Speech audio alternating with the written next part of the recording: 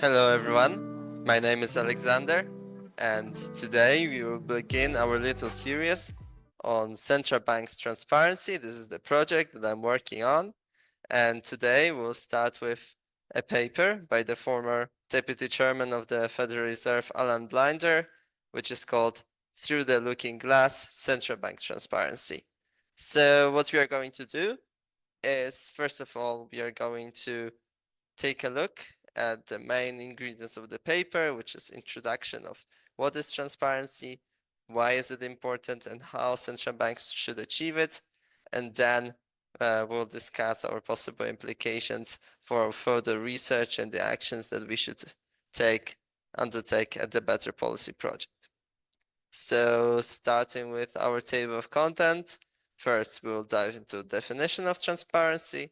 Second, we'll look at the different arguments for central banks transparency. Thirdly, we'll take a look at what transparency is in practice. And finally, we'll discuss the relevance of the paper and the arguments of the paper nowadays for further research. So, transparency, what does it mean? Definition of transparency, according to Alan Blinder, is that central banks are transparent if their actions are easily detected. So we clearly know what central bank does. For example, if the central bank increases the policy rate, we all know that they do it and that the monetary policy is being tightened. Secondly, their policies has to be readily understood. So if central bank increases the policy rate, the public knows why are they doing so and what are they going to do next. So they need to realize that whether the inflationary pressures are just temporary or maybe they are more severe and the policy rate path will need to stay elevated for a longer period of time. And finally, the pronouncement has to be free from deceit. So the central banks cannot deceive the markets, should not, if they want to be transparent, they cannot say one thing and do the other thing or lie to the markets. Everything has to be fair, and what is being said is what is exactly being done. So principles of transparency. First, clarity. As I said, we as central bankers do what we say, and we say what we do. So we need to it has to be clear that if during, for example, the press conference after policy rate decision, central bank, the chairman of the central bank says that if the data will prove to be favorable, we will cut rates. Then data turns out to be favorable, but the central bank increases rates, then certainly there's a lack of clarity there. But clarity is not enough. We also need to focus on the thing that we can describe as substantive content. So we as central banks provide information about the key macroeconomic variables to the public. So public is aware of what is the inflation or real GDP now, what are the trajectories, possible forecasts of these variables, but also what is the expected rate of the future policy rate path. So not only public believes us in what we say, which is the example of clarity, but also central bankers do inform the public about the key variables, key macroeconomic variables that influence the central bank's policy making, as well as informs public of how central banks use these instruments to achieve their objectives. And thirdly, the third principle is being open to public scrutiny. So we reveal our information, we reveal our decisions, we also reveal our methods, such as forecasts or models, so the public can evaluate our decisions, monetary policy decisions, based on the information that are provided to the public. So the second part, what are the arguments for the central bank's transparency? We've learned what transparency is. We've learned how can we classify whether the central bank is transparent. Now let's see why central banks should be transparent. Because the transparency of the central bank right now is a consensus. The beneficial character of this transparency is a consensus among researchers. So, firstly, the political case for transparency. In democracies, governments should be accountable to the people. For example, the people choose the representatives through the parliament, and then parliament chooses the government. It gives its, for example, the vote of confidence. But central bank is different. Central bank is an independent body which is not elected directly by the people. But however, following the Republican model, as Thomas Jefferson said, that in modern states, in the republic, in a democracy, the power has to be executed with the consent of the governed. So people should be happy of what central bank is doing, or at least should have, at some sense, ultimate control, some ultimate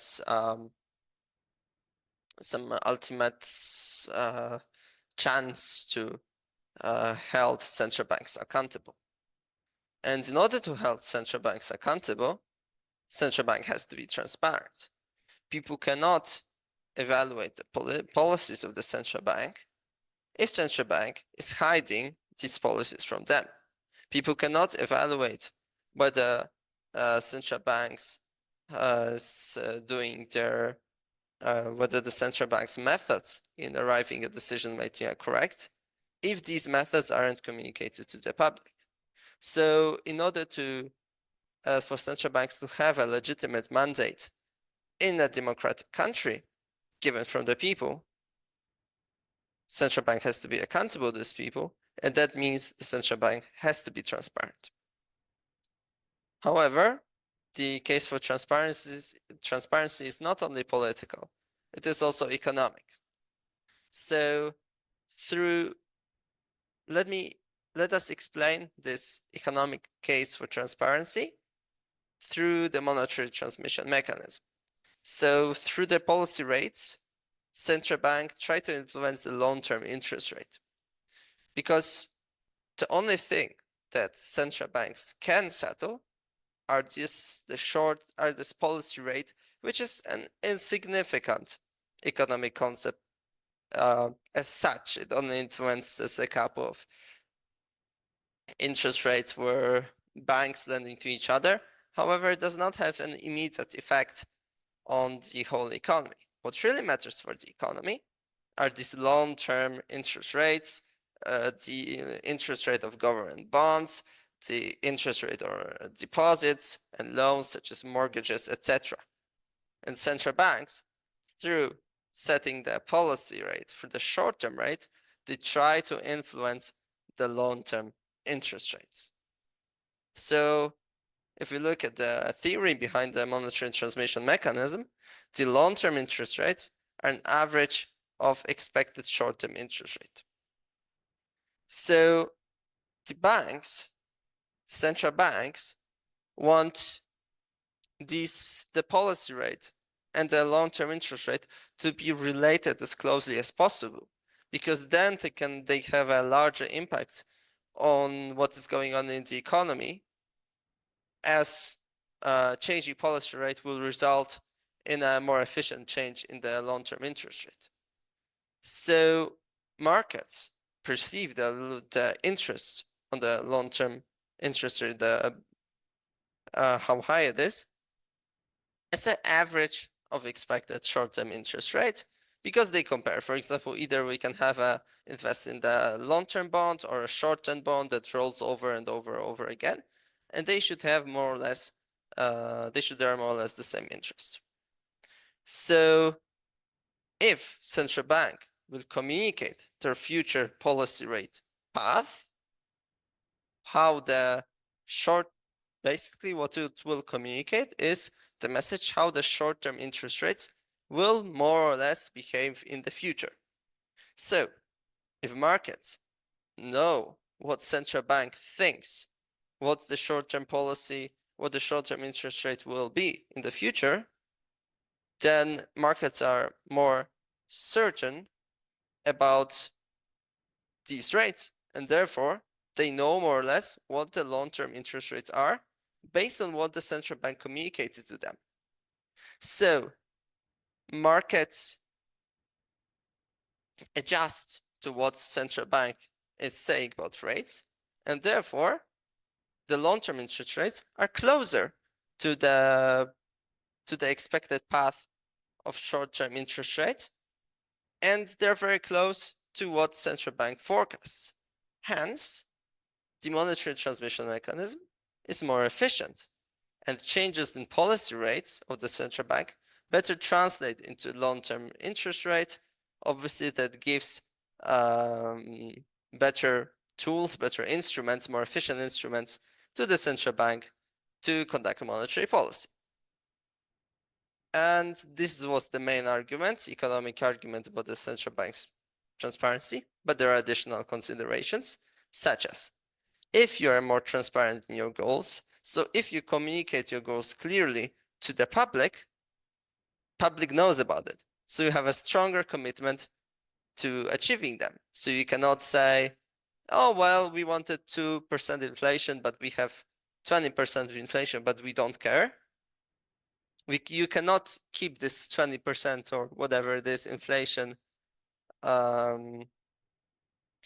insignificant, because market knows that you committed 2%, and hence there are stronger pressures on you to actually achieve your mandate and to actually achieve your objective.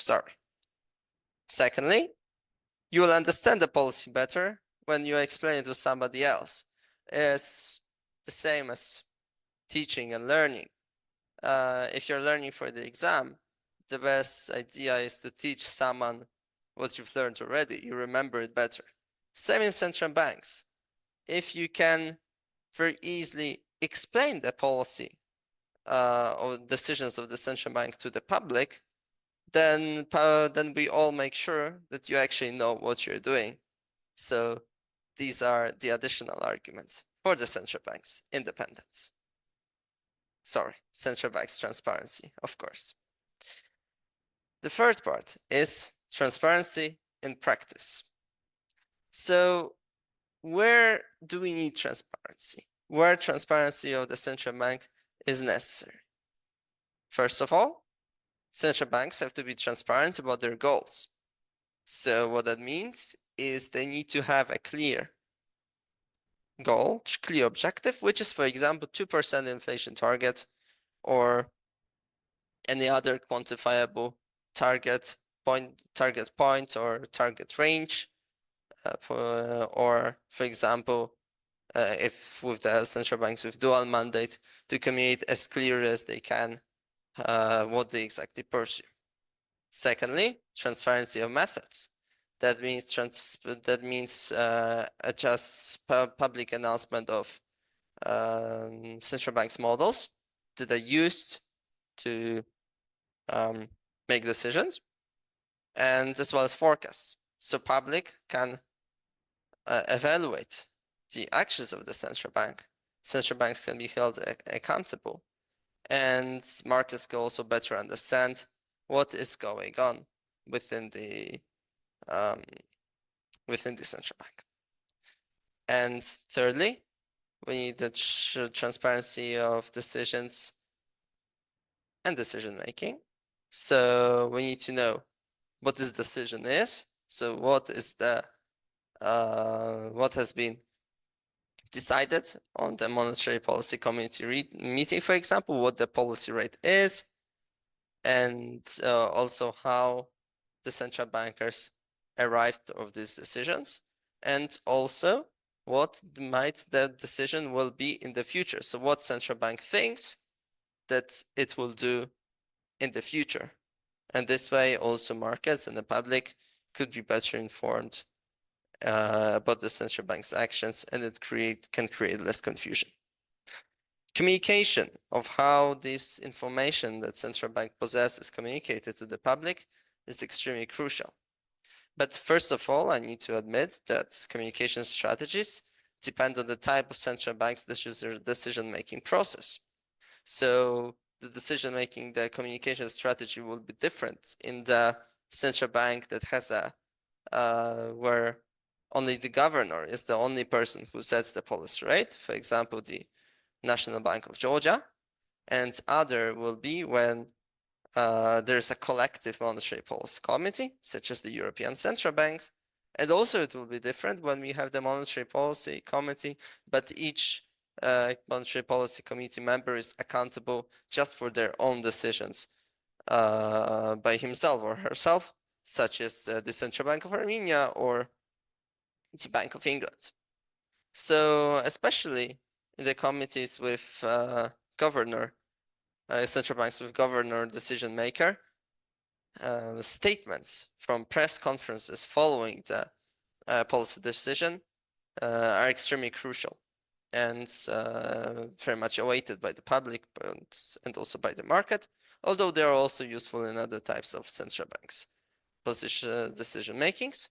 However, when we have the collective decision making, especially when each committee member is held accountable for their own actions, the minutes of committee meetings are crucial and valuable information that should be shared to the public.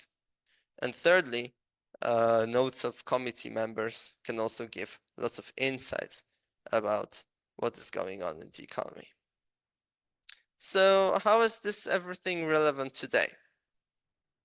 Well, it is relevant for what we are doing now here in the Central Bank of Armenia, as well as in the Global Forecasting School, is we analyze the transparency within the FPAS central banks and how we can improve our FPAS frameworks, especially the FPAS Mark II framework for the central banks to achieve greater transparency. So as we can see at this graph, which is from the paper by Laxton, Constanyan, and Romero, looking at the transparency index of the central banks, the central banks that adopted the forecasting policy analysis system score substantially better than the banks that didn't do it. And what are the reasons for that? Well, first and most obvious, the forward guidance present in the actions of FPAS central banks improves transparency. If you have a framework and you communicate to the markets what you're going to do, well, then markets will understand what your actions are, and obviously that will result in better clarity, but also in more substantive information that's owned by the public, and hence it will improve your transparency. However, when we are talking about the FPAS Mark I central banks, this forward guidance relies fully on the baseline scenario. So if the baseline scenario is wrong, for example, it happens in the Fed in 2021, when the inflation did not turn out to be transitory as Fed expected, then obviously my baseline forecast does not materialize, and what we can see is the fact that markets do not know how the Fed will respond, and they're confused, and the Fed did not communicate any other actions for any other scenarios beforehand, or did not emphasize enough, or markets simply do not know what does Fed or any other FPAS1 central bank believe in, and hence they're confused, and hence the transparency is lowered. So obviously this is not the issue, this FPAS Mark II, hence we have the analysis, case analysis, scenario analysis implemented. However, there might be any other challenges in the FPAS Mark II that are a problem to the transparency of the central banks. So what we should focus on is how do we improve transparency through the implementation of the FPAS Mark II framework. And this will be the topic, obviously, of my future presentations, but also on the future research that's going to be conducted by me and by my colleagues in this area. So thank you very much. That's the end of my presentation. And please let me know if you have any questions, suggestions, and let's stay in touch, and goodbye.